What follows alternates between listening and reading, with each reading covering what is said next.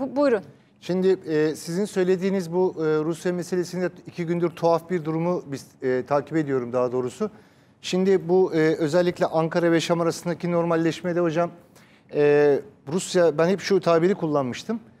Hani babasının oğlu değil Türkiye, Rusya nüfuzunu koruyacak şekilde bir Ankara-Şam normalleşmesi istiyor demiştim. Şimdi onu destekleyecek 2 gündür gelişmeler var. 2 gündür yaklaşık 20'ye yakın İdlib bölgesine Rus Hava Kuvvetleri bombardıman düzenledi. Ve Beşar Esad rejimine bağlı güçler hem İdlib'in güneyine, Türk Silahlı Kuvvetleri'nin bulunduğu yerlere şu an yığınak yapıyor.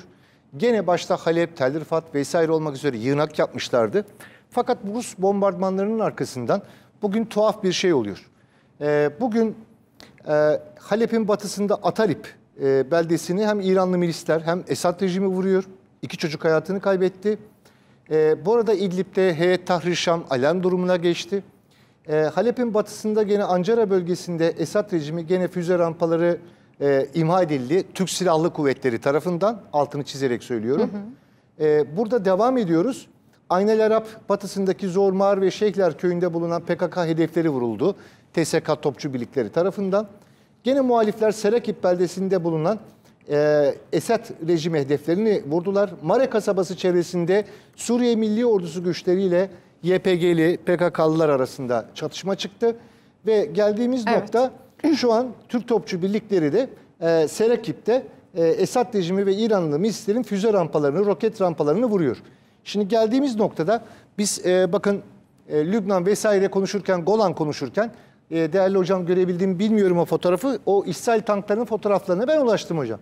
Şimdi oradan geldiğimiz nokta İsrail'in Suriye meselesine dahil olma durumunu da artık konuştuğumuz zaman bu Esad ile İsrail arasında ben bir adı konmamış mutabakat olacağını söylemiştim.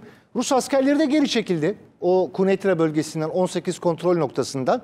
Şimdi de bu durum yaşanmaya başladı.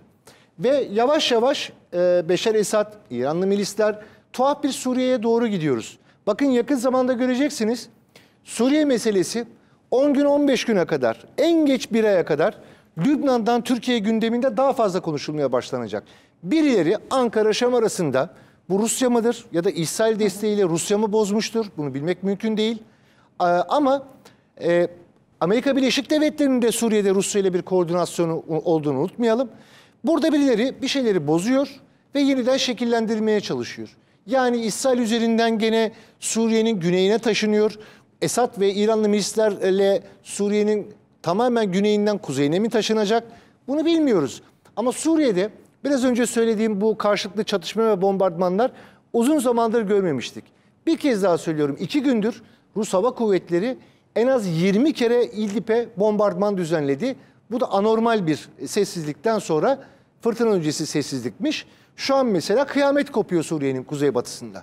Böyle bir duruma geldik. Yani yavaş yavaş Lübnan gibi Suriye cephesinin de altındaki ocak yakılmış ve tencereyi ısıtıyorlar galiba.